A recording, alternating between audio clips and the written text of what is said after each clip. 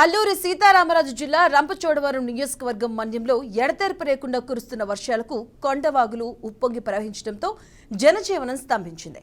భూపతిపాలెం రిజర్వాయర్లో స్థాయికి మించి వరద నీరు చేరడంతో గేట్లు ఎత్తి నీటిని దిగువకు పంపిస్తున్నారు.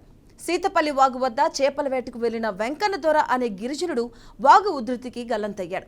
విద్యుత్ స్తంభాలపై చెట్లు పడడంతో విద్యుత్కు అంతరాయం ఏర్పడింది. గోదావరి నది ఉగ్రరూపం దాల్చడంతో పర్యాటక బోట్లను ఎక్కడికక్కడే నిలిపివేశారు. రాజచోమంగి మండలం లబ్బర్ది అనంతగిరి మధ్య గల రహదారిపై కొండవాగు ఉధృతంగా ప్రవహించడంతో రాకపోకలు స్తంభించాయి. ఎడతెరిపి లేకుండా కురుస్తున్న వర్షాల వల్ల పాఠశాలలకు జిల్లా కలెక్టర్ దినేష్ కుమార్ 2 రోజులు సెలవులు ప్రకటించారు.